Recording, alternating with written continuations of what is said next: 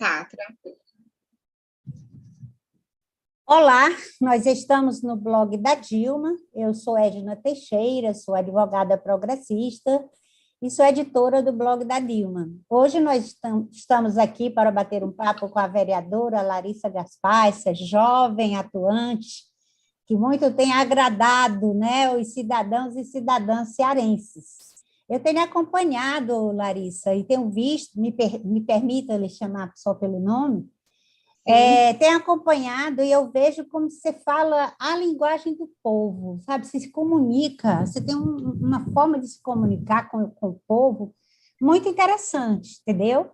E por isso eu tive assim, esse desejo de bater esse papo com você. Então, o que é que nós pensamos em falar? Soubemos que, recentemente, agora em maio, acho que lá pelo dia 19 de maio, você estava numa live, numa plenária, né, com as participantes, parece que psicólogas, né, e outros profissionais, quando foi invadido pelos hacks bolsonaristas, né, que proferiram todo tipo de impropérios, palavras machistas, misóginas, não só contra a senhora, mas também contra os participantes. E eu acredito que numa tentativa clara de intimidar. Mas eu acredito que uma pessoa guerreira e militante como a senhora, você não se intimida fácil. Então, eu gostaria de lhe perguntar, eu não estou atualizada nesse ponto, quais foram as providências tomadas, né? E o que é que as autoridades têm feito em relação a isso? E outra coisa, Larissa, como é que a gente pode vislumbrar a possibilidade de coibir esse tipo de ataque, né? Para desestimular que isso torne a acontecer, né? Porque eles se encorajam, eles são ousados, né? E são mal educados, né? Então, extremamente mal educados. São mal educados, né? E eu ainda fico impressionada como ainda tem pessoas que 20%, 25% de pessoas que ainda apoiam esse tipo de coisa. É lamentável que no Brasil, em Fortaleza, nós tenhamos assim um público que eu acho grande para apoiar esse tipo de coisa. Fique à vontade, muito obrigada por ter aceitado o nosso convite. Pode ficar certo que nós estamos nos sentindo muito honradas com a sua presença e temos certeza que a senhora veio a brilhar, você vai abrilhantar esse diálogo aqui. Fique à vontade. Muito obrigada, viu, Edna, ao blog da Dilma também pelo convite. É uma honra também estar participando aqui do programa. A gente sofreu esse ataque durante uma plenária do nosso mandato. A gente procura, Edna, fazer um mandato participativo, a partir da escuta das demandas da sociedade civil. Foi assim no nosso primeiro mandato, em 2017, quando, em janeiro daquele ano, a gente organizou as plenárias de segmentos nos quais o nosso mandato atua: mulheres, LGBTs, animais, juventude, criança e adolescente, meio ambiente, cultura, moradia, enfim, uma infinidade, né, de pautas com as quais a gente dialoga, e nós chamamos representações desses setores para conversar, nos atualizar, quais são as demandas, né, quais são as lutas, as bandeiras mais importantes para que o nosso mandato pudesse atuar dentro da Câmara Municipal e também fora dela, para concretizar, né, para conseguir efetivar essas pautas. E nesse novo mandato, a gente está fazendo esse mesmo processo, né? Iniciamos no final de fevereiro, porque em janeiro desse ano eu fiz uma cirurgia, então eu fiquei um pouco off, e retomamos as nossas plenárias em fevereiro, prestando contas do que o nosso mandato construiu ao longo desse primeiro momento, nessas várias políticas públicas, e também ouvindo, né, a população sobre esses temas. E durante uma dessas plenárias, que dialogava com as categorias de assistentes sociais e psicólogos, discutindo vários temas importantes: o SUS, o SUAS, as políticas sociais, as políticas públicas, que são profissionais que estão na ponta, né, nesses diversos serviços, seja nos serviços de saúde, seja nos serviços do SUAS, os CRAS, os CRES, os Centro-POPs, enfim. estávamos ouvindo as demandas dessas categorias, na educação também, inclusive é uma luta muito importante pela efetivação de uma legislação federal que prevê a presença de assistentes sociais e psicólogas na escola como profissionais fundamentais no auxílio ao desenvolvimento escolar e também na solução dos conflitos, né, que muitas vezes ocorrem por conta da situação de vulnerabilidade social dessas crianças, desses jovens. E no meio dessa plenária, começaram a aparecer perfis que a gente não conhecia. Os perfis se apropriaram de pessoas que estavam na plenária e começaram a proferir palavras bem imorais, bem machistas, bem sexistas, né, com conotação sexual. E eu, na minha ingenuidade, ainda disse assim, que um dos perfis que foram hackeados foi de uma pessoa chamada Joana. E eu disse, Joana, o que é isso? Desliga esse áudio, né? Porque começou a sair um monte de moralidade. Eu, na minha ingenuidade, ainda disse isso. E aí as companheiras que estavam na plenária começaram a falar no chat. Isso são hackers, tem acontecido em outros momentos, as pessoas começaram a dizer que muitas bancas de defesa, de trabalho de conclusão de curso, de mestrado, de doutorado, tem acontecido esses ataques.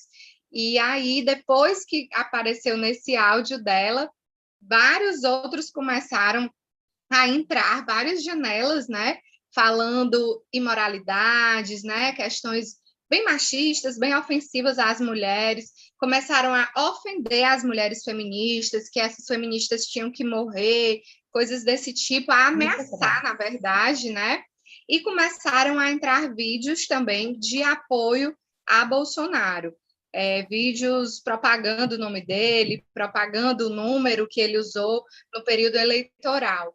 E aí nós fizemos prints dessa plenária, encaminhamos o conteúdo desses prints para delegacia, né? Registramos a ocorrência e também contamos aí com o suporte do Departamento de Inteligência, que repassou algumas técnicas de segurança para minimizar a ocorrência desses feitos, né? Então, a gente espera que as investigações caminhem, né? Foi solicitado via Secretaria de Segurança Pública ao Google, que repassa as informações daquela plenária, porque nós usamos a plataforma Meet. Então, a polícia está aguardando o acesso a essa solicitação para prosseguir na investigação, e eu espero que dê certo, que essas pessoas elas sejam identificadas e responsabilizadas, porque é como você mencionou aqui no início da nossa conversa, essas pessoas acabam se sentindo empoderadas a cometer esse tipo de crime, acreditando que elas estão protegidas, né, ali no seu celular, não importa o meio no qual eles estão cometendo esses ilícitos, se sentem protegidos, né, escondidos atrás de um endereço de IP, e o trabalho de investigação de inteligência é justamente identificar esse IP, saber quem é que está por trás dele, para que seja responsabilizado e pare, né, de cometer esses crimes, e pare de atrapalhar a vida das pessoas, né, e pare de transgredir as nossas legislações. Curioso, né, Larissa, que essas pessoas desse campo são as pessoas que dizem, né, entre aspas, que defendem os valores da família, fala em nome de Deus, né, que é Deus, Brasil acima de tudo e Deus acima de todos, e com restrições morais, e comete esse tipo de crimes, covarde, né, se acobertando por trás de um computador, achando que não vai ser punido e não vai ser identificado. Isso aí é uma coisa de um mau caráter terrível, né? Então, que a gente possa avançar e que eles possam ser punidos e que a gente possa exercer a nossa liberdade de produzir lives, de conversar e dialogar com as pessoas sem essas interferências macabras, né? Então, exatamente. E eles vêm com esse discurso de defesa da família, e quando eu me pronunciei sobre isso na Câmara, eu questionava justamente isso. Não tem defesa de família coisa nenhuma, porque um sujeito que invade a casa de uma pessoa, né? Porque nós estamos fazendo esses processos home office, invade a casa de uma família e passa a proferir palavras daquele nível, daquele baixíssimo nível, não tem a menor preocupação se o meu filho de 5 anos está ali assistindo aquela barbaridade, né? Então não tem preocupação nenhuma com a família, né? Só hipocrisia, né? Para se promover politicamente, né? Para ludibriar as pessoas para fazer carreira política, é isso, né?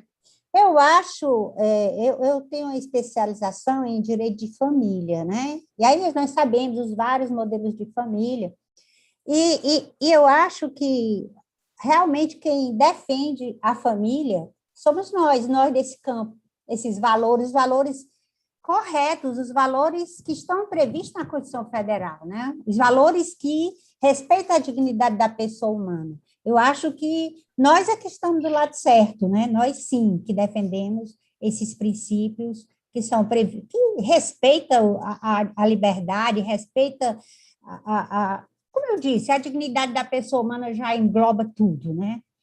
Isso. Bom, Larissa, eu estava pensando sobre você e sobre o número de mulheres que nós temos representando no parlamento. Evidentemente que nós até fomos contemplados, ficamos felizes quando nós tivemos a primeira presidenta mulher do Brasil. Infelizmente, ela não pôde concluir o segundo mandato, né, por um golpe orquestrado aí pela elite e forças poderosas, né, que está sendo pouco a pouco desvendado. Então, é muito importante que essa presença da mulher no parlamento federal, estadual e municipal. Hoje, até que nós evoluímos, avançamos um pouco. Mas como é que você, enquanto parlamentar e militante, desde muito jovem, desde o centro acadêmico, como eu vi na sua história, como é que você vislumbra que a gente possa avançar um pouco mais rápido, né? Para que a gente possa garantir mais mulheres no parlamento, no Senado Federal, na Câmara Federal, no estadual e municipal, né? E também, não só é a nossa presença, mas também que nos respeitem, né? Porque, às vezes, nossos próprios colegas parlamentares, eu digo assim, como se eu fosse parlamentar, às vezes não são respeitadas, como a gente tem visto as agressões misóginas de alguns parlamentares com as parlamentares mulheres. E aí, vislumbrando 2022, eu pergunto, quais são teus planos, né, para 2022, uma vez que você já está no seu segundo mandato, né, vereadora? Isso. Quais são os seus planos? Se você pretende, e lógico, dentro do PT, do plano do PT nacional e o PT local, como é que, se você já tem condições de dizer, ou se já pode dizer para nós aqui, se você planeja tentar, né, para deputado estadual ou federal, né? Porque é muito importante que fortaleça a presença da mulher no parlamento, mas não só isso, mas também mulheres progressistas, né? Porque nós temos mulheres machistas, mulheres atrasadas, com pensamento atrasado e conservador demais, de extrema-direita. Então, o que nós queremos é mulheres, mas mulheres também do nosso campo, mulheres progressistas, né? E não só mulheres, mas também que nós nos preocupamos com a executiva, vamos colocar um presidente progressista ou um presidente de esquerda. Mas nós precisamos também nos preocupar de eleger pessoas progressistas e de esquerda para o parlamento, para que o presidente ou o governador ou o prefeito possa governar sem precisar fazer determinados acordos que nós não gostamos de compactuar. Isso mesmo, Edna. Eu acho que a presença da mulher na política é fundamental. Existem vários estudos, né, que mostram a qualidade da atuação política das mulheres, e aí eu posso citar um estudo feito no no âmbito do Congresso Nacional, foi até a professora Leila Diniz que coordenou, né? Sim. Ela que é muito alvo, né, da extrema-direita, Isso. E mostrava a eficiência das parlamentares mulheres, né, que eram 3 vezes mais eficientes do que os parlamentares homens. Ela coordenou essa pesquisa.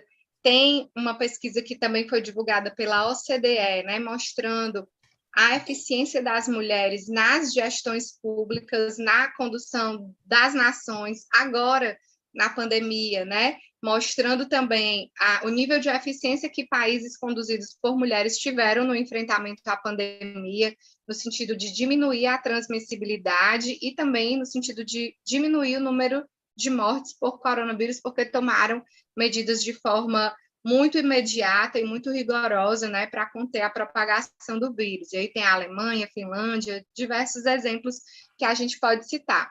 Esse estudo da OCDE, que eu mencionei antes, ele mostra que a atuação das mulheres nas gestões públicas, ela consegue reduzir muito mais os índices de vulnerabilidade social daquele município, daquele estado, daquele país, do que as gestões que são conduzidas por homens. Então, é inegável, né, a qualidade da nossa atuação. Agora, é inegável que existe uma divisão sexual do trabalho na nossa sociedade machista, né, que impõe uma sobrecarga de trabalho doméstico, de trabalho reprodutivo sobre nós mulheres, e que muitas vezes esses trabalhos de cuidado com a casa, de cuidado com os filhos, de cuidado com os doentes, com os idosos, ele nos tira o tempo disponível para estar participando dos processos políticos, seja nos sindicatos, nas associações de bairro, nos partidos políticos. Então, é muito importante que existam políticas públicas que possam diminuir essas desigualdades e garantir às mulheres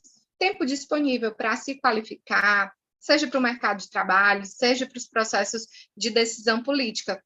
Então, a gente precisa de uma política de creches, né, que seja universal e que seja de tempo integral. Aqui em Fortaleza, por exemplo, a gente só tem 30% das nossas crianças em creche.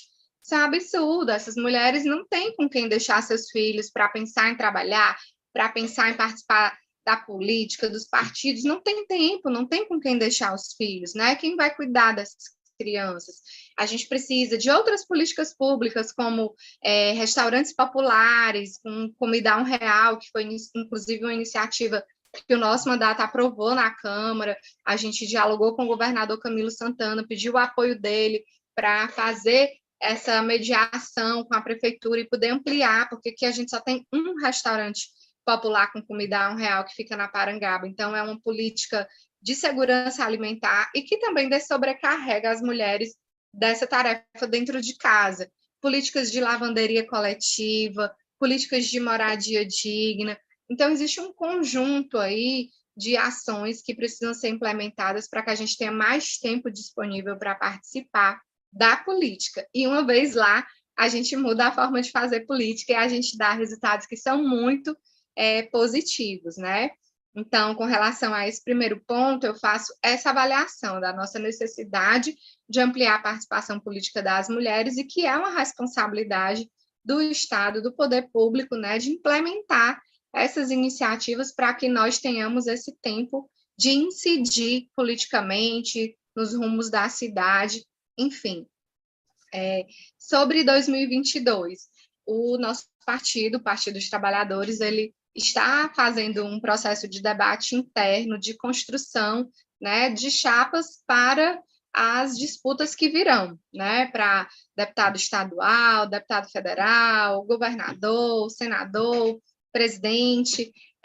Esperamos que o nosso presidente Lula possa voltar a conduzir esse país e colocar o Brasil de novo nos rumos do desenvolvimento sustentável, que promova a inclusão, né? Até porque nós somos um dos países mais desiguais do mundo, então a gente precisa de alguém que tenha preocupação real com o nosso povo, com o enfrentamento à fome, à miséria, e foi o governo Lula, né, que tirou mais de 36 milhões de brasileiros da extrema pobreza, né, que tirou o país do mapa da fome, que lamentavelmente agora retornamos diante desse desgoverno irresponsável que tem destruído todas as políticas sociais que mudaram a vida da população brasileira para melhor. Então, temos essa tarefa de construir a candidatura do nosso presidente Lula e temos a tarefa, como você colocou, né, de construir parlamentos progressistas que estejam alinhados com esse pensamento de promover desenvolvimento, com inclusão, com justiça social.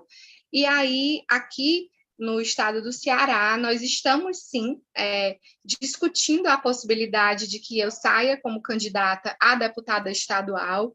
Primeiro, porque precisamos ampliar e fortalecer a luta das mulheres em todo o estado.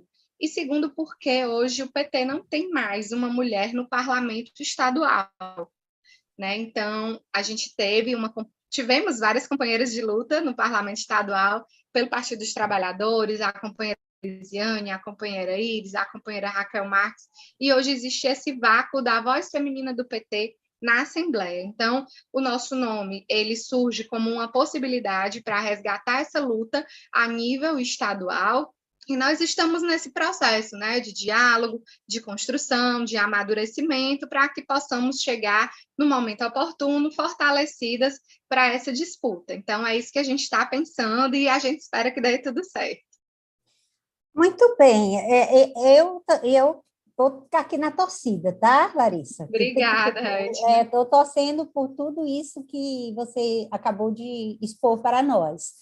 Eu também vi, e aí eu não vou me aprofundar, porque eu queria falar sobre um projeto de lei chamado Bolsa Estupro.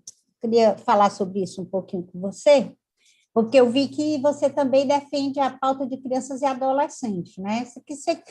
Pelo que eu vejo, você pensa nas políticas como um todo. Pelo que você falou e pelo que eu estudei sobre você não esquece nada.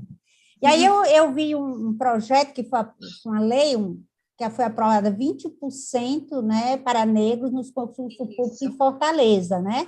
Aí aqui diz que você disse, a gente vive um processo de abolição inacabada. Eu estou lendo uma nota falada por você. Inacabada e inconclusa, justificou a vereadora Larissa. Poderão se inscrever os autodeclarados negros e os pardos. Isso aí já foi uma coisa muito interessante, que eu te confesso que isso aí eu não tinha me dado conta. E como esse blog ele tem um grande alcance, e agora eu estou também transmitindo para outros espaços, é bom que eles tomem conhecimento, porque imagina, eu não sabia, né? Então eu fiz questão de falar desse teu projeto, que eu imagino que deva ter outros, né? Por isso, Larissa, eu espero que a gente tenha outras oportunidades de debater novamente, porque é muito vasto, assim, o teu desejo, né, de trabalhar, como eu falei, garantindo todos os direitos de todas as pessoas. Olha, o que você me falou agora? Me falou de alimentação, de combate à fome, aqui na nossa cidade, que é o seu trabalho, né? Como vereadora de Fortaleza, e também na defesa da criança e do adolescente. Em 2002, eu fui eleita conselheira tutelar da criança e do adolescente, eu fui a mais votada de Fortaleza, fiquei 7 anos atuando como conselheira tutelar, foi uma experiência muito rica, aprendi muito, né? Porque as pessoas tratam os adolescentes como pessoas já de mente formadas e como se eles não tivessem punição. Mas não vou poder me aprofundar nesse assunto. E aí minha especialização eu fiz sobre uma coisa que me chamou muita atenção, um direito que era muito violado quando as crianças vinham reclamar, vinham denunciar no Conselho Tutelar, que era sobre o direito à convivência familiar e comunitária, que é previsto na Constituição. E muito ou do pai ou a mãe usava a criança como instrumento para se vingar do outro, aí não permitindo que a criança, assim, não, ele não pagou pensão, então não vai ter direito de ver a avó, a mãe do devedor, né? A avó paterna. Ora, a criança tinha... Aí eu falei, olha, isso é um direito da criança, né? Então, você está violando, não é o direito do pai que a gente está defendendo aqui, nós estamos defendendo o direito da criança de conviver com seus avós paternos e maternos, com a comunidade que ele está inserida, com aquela escola que, às vezes, a mãe ou o pai retira para poder se vingar do seu parceiro. Mas a pauta não é essa, eu só falei em passando porque eu vi que você também se preocupa com esse público, né? Com as crianças e adolescentes. Mas aí, pensando nisso, que tem uma certa ligação, eu queria falar contigo sobre esse projeto de lei 5435 de 2020, né? Que é conhecido como Bolsa Estupro, né? Aí eu gostaria de saber se você já se deteve a estudar isso. Eu sei que, por enquanto, devido às coisas que estão acontecendo, parece que está meio parado. Ótimo, é bom que fique parado mesmo, e era bom que fosse arquivado, né? Porque é uma coisa terrível. Mas você que é entrevistada, gostaria de ouvir a sua opinião. Tá, esse projeto, né, Edna, ele, para nós, se constitui no absurdo,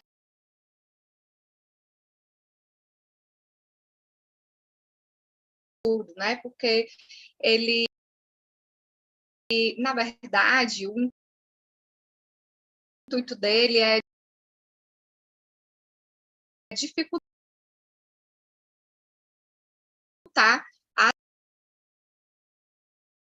as possibilidades de aborto previsto em lei, né? A gente não que foram tanto e não existe ação do Ministério da Saúde sobre o procedimento do aborto legal. A mulher menina passa por vários processos, pelo menos 6 termos de declaração são assinados, contando toda aquela experiência novamente. Então, é até um processo assim, de revitimização quando o aborto está sendo praticado em função de um estupro, né? Você reviver aquela dor várias vezes, né? Para você conseguir exercer esse direito. Direito esse que esse projeto ele visa atacar, né? Um projeto que foi apresentado por um senador do estado do Ceará, né? Eduardo Girão, e houve todo um processo de organização dos movimentos sociais, dos movimentos de mulheres, dos movimentos feministas contra esse absurdo, né? De querer impor uma gravidez fruto de um estupro, e foram várias manifestações a nível nacional. Gravidez decorrente de estupro é tortura, né? Você querer que uma criança, né, perca a sua infância, se torne mãe aos 9, 10 anos de idade, além e depois dela ter sido violentada cruelmente, é uma tortura, né? O estupro é uma tortura, é um crime hediondo, é uma coisa, assim, absolutamente asquerosa, nauseante. Então, você, além desse sofrimento extremo que essa criança, que essa mulher já passou, você querer que ela carregue no ventre o filho daquele que te torturou, que cometeu esse crime tão cruel contra você, é muito desumano mesmo, né? Então, houve toda uma mobilização e o autor do projeto retirou. Então, o projeto, ele retirou. Então, o projeto não está mais sob análise, ele foi retirado, e para que se pense novamente sobre isso, ele teria que ser reapresentado. Então, a gente espera que ele não reapresente essa matéria absurda, né? Essa matéria que se constitui como um crime contra as mulheres e as meninas do Brasil. E é importante a gente dizer, né, que aqui as mulheres são violentadas a cada 11 minutos, né? No Brasil são vítimas de estupro. Então, assim, é uma coisa muito cruel que precisa ser enfrentada, o que a gente precisa é de política pública, né, para garantir a integridade física das mulheres e meninas. Tem um estudo do Unicef, né, do Fundo das Nações Unidas para a Infância, que aponta que um adolescente engravida a cada 19 minutos no Brasil. E isso se dá em função da violência sexual. Essas meninas estão sendo estupradas diariamente e estão engravidando a cada 19 minutos no país, estão perdendo a sua infância, a sua adolescência, porque são violentadas muitas vezes dentro das suas casas, e esses sujeitos deviam estar preocupados em enfrentar essa violência, né? Em prevenir essa violência e não em retirar direito e impor mais violência a nós, mulheres e meninas. É bom que a gente converse sobre isso, mesmo que já ele tenha retirado, para que não se volte, porque volta, vem, vez ou outra, volta novamente essas ideias imbecis, que é uma ideia assim absurda, né? Como é que nós, cearenses, elegemos uma pessoa com essa cabeça? Porque passou pela cabeça dele uma coisa como essa, né? Larissa, se por acaso cair, é só a gente clicar de novo no mesmo link, tá? Porque eu acho que não vai cair, mas só para a gente prevenir. E aí, Larissa, eu estava olhando aqui no site do Conjur, eu quero que eles tinham dito sobre isso, né? Aí, porque no artigo 10 desse projeto, falava assim, ó, o direito à informação e cuidado quando da concepção, com vistas ao exercício da paternidade, sendo vedada à gestante negar ou emitir informação ao genitor sob pena de responsabilidade. Aí, quer dizer? Isso vai alçar o indivíduo que foi agressor à vítima, né?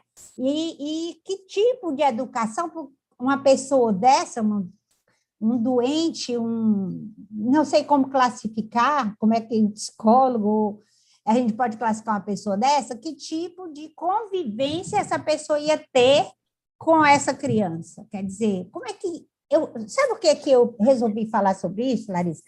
Porque é um senador cearense que teve essa ideia, tá entendendo? Então é bom que a gente não coloque, vamos dizer, uma pá de cal em cima, não, a gente continue debatendo para que ele não ouse, ou pessoas que têm a cabeça igual, seus pares, ouse colocar um projeto desse para tramitar e, quem sabe, até ainda tirando o tempo onde nós poderíamos estar discutindo outros projetos, lá no Senado poderia discutir outros projetos melhores, porque, inclusive, todos os direitos das crianças já estão previstos no Estatuto da Criança e do Adolescente, estão previstos também na Constituição, no artigo 226 e 227, que fala que é direito do Estado, né, prevenir e garantir os direitos da criança e do adolescente, né? É o direito do cidadão, da sociedade e do Estado, né? E da família. Então, totalmente fora de propósito. Foi para isso que eu trouxe, para a gente conversar sobre isso. Olha, Larissa, muito obrigada pela tua presença, obrigada também àqueles que estão nos ouvindo, e que essas pessoas possam se conscientizar que uma criança e uma adolescente não tem condição, e nem mesmo um adulto que foi estuprado, pode gerar uma criança e permitir que nasça e conviver nessas condições que esse cidadão cearense, que infelizmente foi eleito para ser senador, e o que eu lamento muito, Larissa, 8 anos. Por 8 anos nós vamos ter que suportar uma pessoa, porque, inclusive, não estou gostando nada da atuação dele na CPI da Covid, né? É um negacionista, né? Não é um negacionista, uma pessoa dessa não pensa nos brasileiros. Eu sou evangélica e tenho agora tentado fazer um programa para falar com os evangélicos, porque eu lamento muito, Larissa, que grande parte dos evangélicos católicos e de cristãos de outras denominações apoiem esse governo lamentável, um governo que tem feito um trabalho, um desserviço, tem prestado um desserviço e tem, assim, prejudicado o nosso país. É muito contraditório, né? A gente vê cristãos defendendo o desgoverno Bolsonaro, porque é um governo absolutamente anticristo, né? Um sujeito que defende a tortura, que exalta um torturador. Jesus Cristo foi torturado, crucificado. Exato. Como é que as pessoas apoiam alguém que defende a maior dor que foi imposta ao nosso Salvador?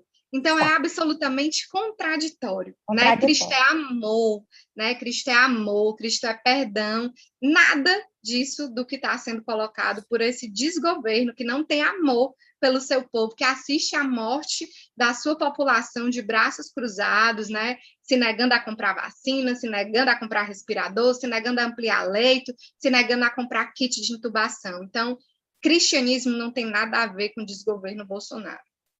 E também é uma desonestidade muito grande dele ficar também colocando a culpa nos governadores, nos prefeitos, né? Tentando tirar a responsabilidade de si, tratando as pessoas com deboche, imitando as pessoas com falta de ar, negando assistência, né, aos doentes e até às vítimas, né? Porque quantos órfãos, quantas viúvas, quantos viúvos da Covid, né?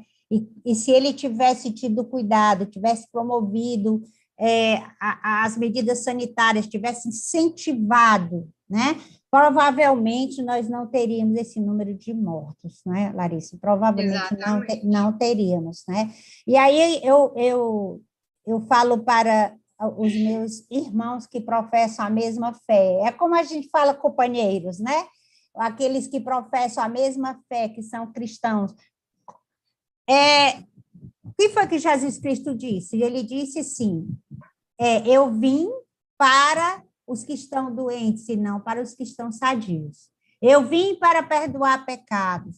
Eu amo o pecador. Ele diz, amai os vossos inimigos. E, então, quando esses bolsonaristas falam que bandido bom é o bandido morto, eu tenho certeza que Jesus Cristo diz, bandido bom é o regenerado. É o socializado e ressocializado. Não é? É aquele que o Estado cuida e devolve para a sociedade para trabalhar, para produzir, não é? E diminuir o medo e a insegurança. Mas tem muita... Olha, as tuas pautas são ótimas, são grandes. Eu espero um compromisso teu que a gente possa, quando tiver um tempinho, continuar para falar dos outros planos que você tem, que eu dei uma olhada nos projetos, mas que o tempo não dá para falar tudo hoje, tá bom? Tá ótimo, Edna, fico à disposição, na hora que vocês quiserem, podem marcar aí, que a gente vem com o maior prazer falar dos nossos projetos, tá? Então tá, muito obrigada pela tua presença, obrigada aos que estão nos assistindo, deem seus likes, comentem e compartilhem, saibam que os blogs tradicionais, os blogs de direita, da extrema-direita, têm dinheiro para investir, os blogs da esquerda e os progressistas trabalham com pouco recurso, e o que é que você pode fazer para ajudar? Curtir, comentar, compartilhar. Basta um comentário pequeno que vai subir e mais pessoas vão ser alcançadas. Então, eu quero aqui, e sei que a Larissa também quer agradecer ao espaço, né, do blog da Dilma e pedir para que as pessoas possam, mais uma vez, pedindo curtir, compartilhar e comentar e contribuir também financeiramente aqueles que podem, né? R$10, R$20, o que puder, ajuda, né, Larissa? Tá Isso mesmo. Muito obrigada, foi um prazer enorme, evidentemente que eu já te conhecia, porque você é uma pessoa pública, mas agora nós estamos nos conhecendo aqui fisicamente. Um abraço, muito sucesso, e que eu vi que você também é uma pessoa cristã e que tem os princípios cristãos e os verdadeiros, né? Então, muito obrigada e um grande abraço.